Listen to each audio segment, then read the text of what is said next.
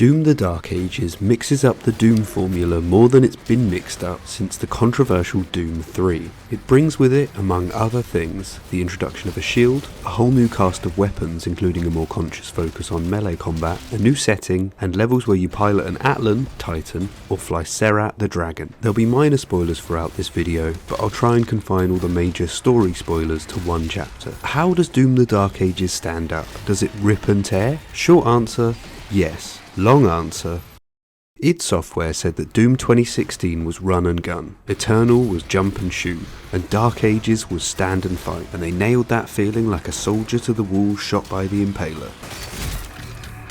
Oh, that is fucking brutal. In the early game, with the weaker unupgraded weapons and not yet mastering the combat system, it can feel more like run and hide, but not so much later. When you hit the stride, the stand and fight really comes into its own.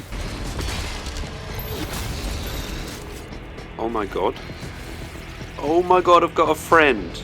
Power fantasy is real in Dark Ages. Doom Guy is an absolute beast of a man, killing enemies with just his body weight, as he comes slamming down to the ground in the centre of a giant open battleground full of enemies. Oh my god, I've got a mancubus friend! By the way, the wide open maps in this game are fucking amazing. They're reminiscent of the big open classic Doom maps, while also being representative of the advancements in technology with the massive numbers of demons on the battleground at once. The maps don't feel arduous to traverse either, with the shield charge mechanic in combat and the sprint to charge around the map out of it. You can cover huge distances in barely any time. I love hearing the Slayer's footfalls slamming down as I run around.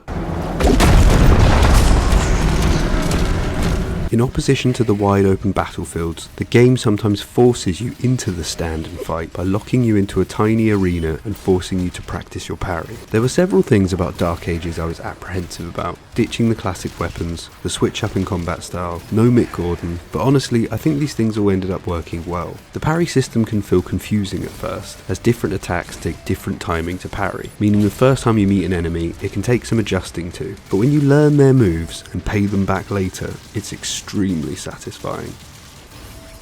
The new weapons fit the style of game exceptionally. The Pulverizer is great for dealing with large numbers of enemies at once, and the Ravager just prints ammo. Ravager goes brrrr. The Chain Shot pairs exceptionally well with close quarters parry based combat, and the Impaler is just crazy fun. Oh! Whee! The weapons all have upgrades that complement the game's combat styles too, such as the ricochet on the Shredder or the shock effect on the Plasma Cycler, and the game is great at teaching you these things by giving you a challenge that is relevant to help you piece it together. Okay, melee a Battle Knight 10 times. Oh, there you are. 1, 2,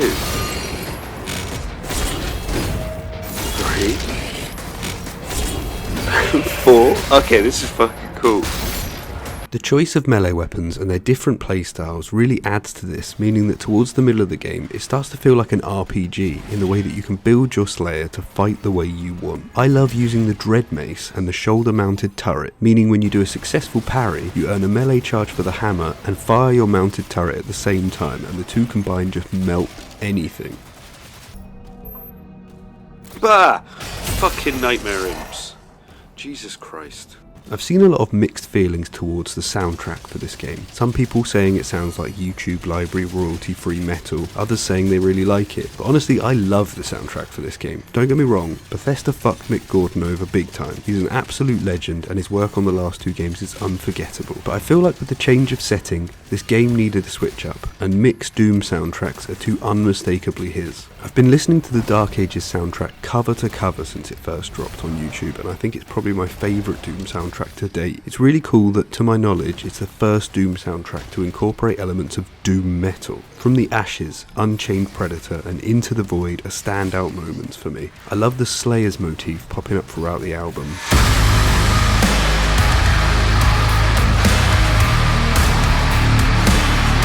And similarly, the little twang from Cosmic Sea when you're in the Cosmic Realm.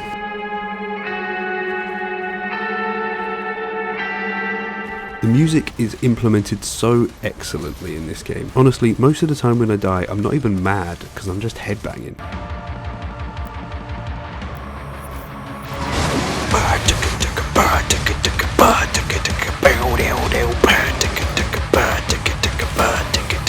Some other quick points. I really like that id took the game to the cosmic realm and we got a Lovecraftian vibe in addition to the usual hellish one.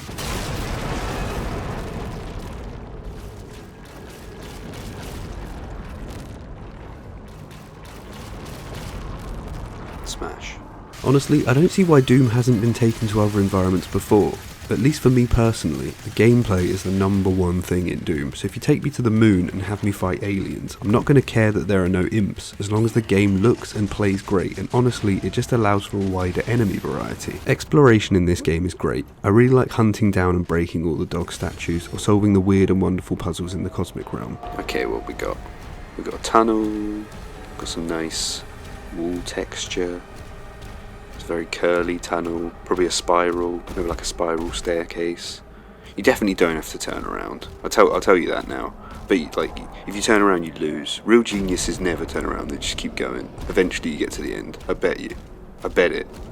The little Doom Guy face indicator is back, and as soon as I read on Reddit that you could swap it to the classic Doom Guy face, I never looked back. Look at his little face go. His little eyebrow. Oh, he's in pain. Looking around, raising his eyebrows, very considering all his surroundings. Oh, been hurt. Oh, he's got a bloody nose now. That's so fucking cool.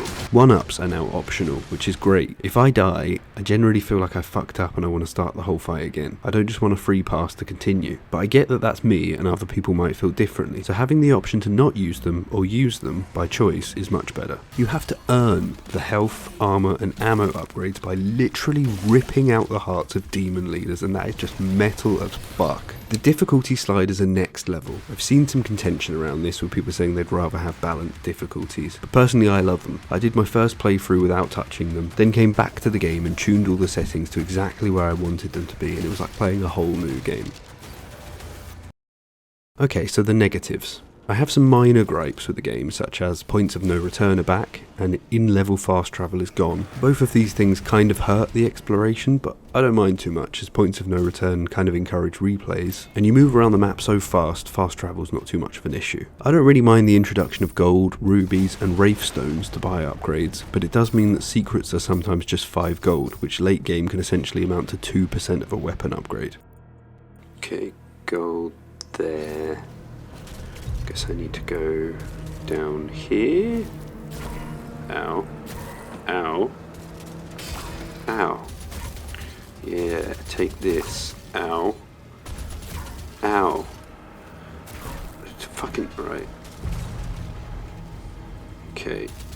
Take this. Ow. Ow. Ow. Ow. Ow. This is fucking bullshit. This is bullshit. Take this, you little bullshit bitch. Yeah, aimbot that, you twat. The cinematics are now a lot longer than previously, and the story intrudes further into the gameplay, but the cutscenes are actually pretty fucking cinematic in Dark Ages, with some being flat out epic, and they're all skippable, like in Eternal. But unlike in Eternal, the story is actually directly told this time rather than just hinted at. So while there are more, and the story is still kind of bad, I do actually think this is overall an improvement.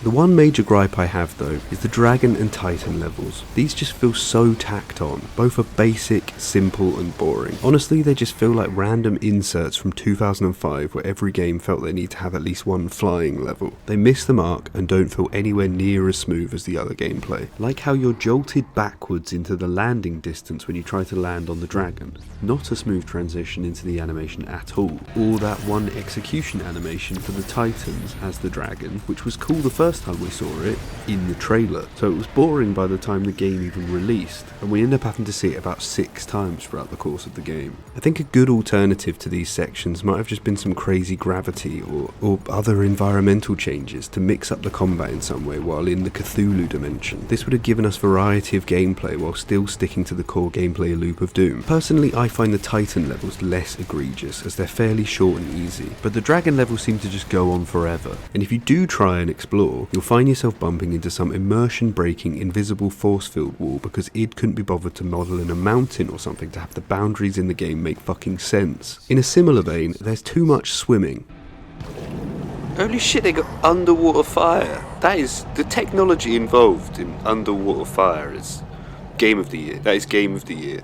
Like, honestly, there's barely any swimming, but even that amount of swimming is too much swimming. It's slow, and again, it just feels kind of inserted for no reason other than to stretch out the game. Imagine playing on Ultra Nightmare and then dying and losing your save on one of the fucking dragon levels. That would be so infuriating. It feels like id underestimate how long we'll happily play as the Doomslayer, murdering demons, and they think if we don't fly around on a dragon or run around as a big robot for a bit every couple of hours, we'll get bored. And that worries me, because the lack of these things is what used to set Doom apart from other story-driven FPS games like Halo, Bioshock or Half-Life.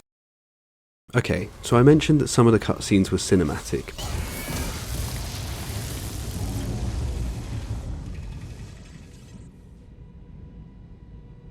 Okay, in real life, thank fuck the dragon's dead so I don't have to play as it again.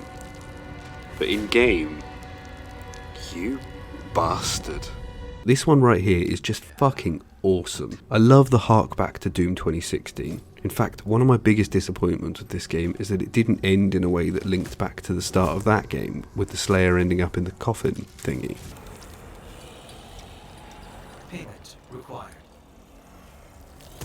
Pro tip, that works in real life too. The bosses in this game were pretty awesome, especially the Azrak boss fight. Oh, Azrak, you think you're scary? Oh well, check out my secret move. Where's that saying? Where is it? Damage to player, there it is. Yeah, come at me now, Azrak. You think you're scary? Ah, pathetic. Weak. What? You're nothing. You got nothing. What are you gonna do? I just changed the settings. Okay, right, fine. We'll put it back to normal. Put it back to... Put it on Nightmare. Yeah, take that. Come here. Fuck you up. I'm gonna... What? Fight me? What? No. This is my trick. You can't just... What? I did this to you. That's not fair. It's not funny when you do it. But I felt like I wanted more. Sure, we get the Vaggery? The Cyber Demon, the Komodo, and that one dude with the lion shield from the Dark Souls 3 DLC Painted World of Ariandel, but they all feel more like mini-bosses. And the stupid Titan boss didn't count because there was no challenge to it at all. It felt like the only real bosses we got were Azrak, Creed, and Azrak again, and the Creed boss fight was pretty terrible and too easy. Maybe I'm just being spoiled, but I would have liked more boss fights. To summarise, yes, this game rips and tears with the best of them. It has its faults, but it also has its successes. The combat system is impeccable and a really great way to mix it up, while in many ways feeling more like the classic Doom games with the horizontal and grounded gameplay, strafing to avoid projectiles, and the wide open arenas. Honestly, I think Eternal walked so Dark Ages could run.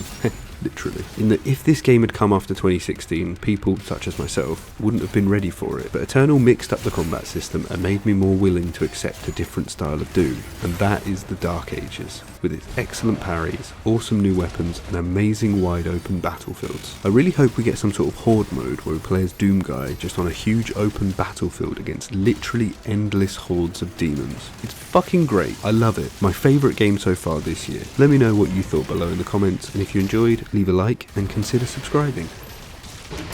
Ow. Oh my god. Oh my god, I've got 2 friends. This is the best day ever. Come on, friends. So no one told you life was gonna be this way. Your job's a joke. Come on, friends. Come on, Ross, Joey. Come on. Come on. Oh, friends. Friends, I'm so sorry. I can't carry on with you.